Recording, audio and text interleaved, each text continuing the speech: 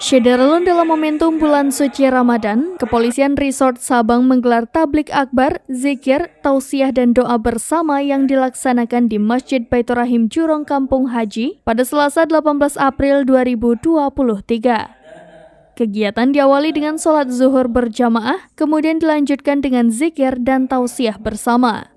Zikir, tausiah dan doa yang dipimpin oleh Ustadz Zul Arafah tersebut berlangsung selama kurang lebih 1 jam.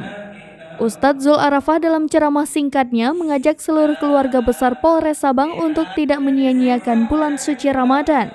Hadir dalam kegiatan zikir dan tausiah tersebut Kapolres Sabang AKBP Erwan SHMH didampingi Wakapolres Sabang Kompol Salmidin SEMM dan PJU Polres Sabang serta masyarakat setempat.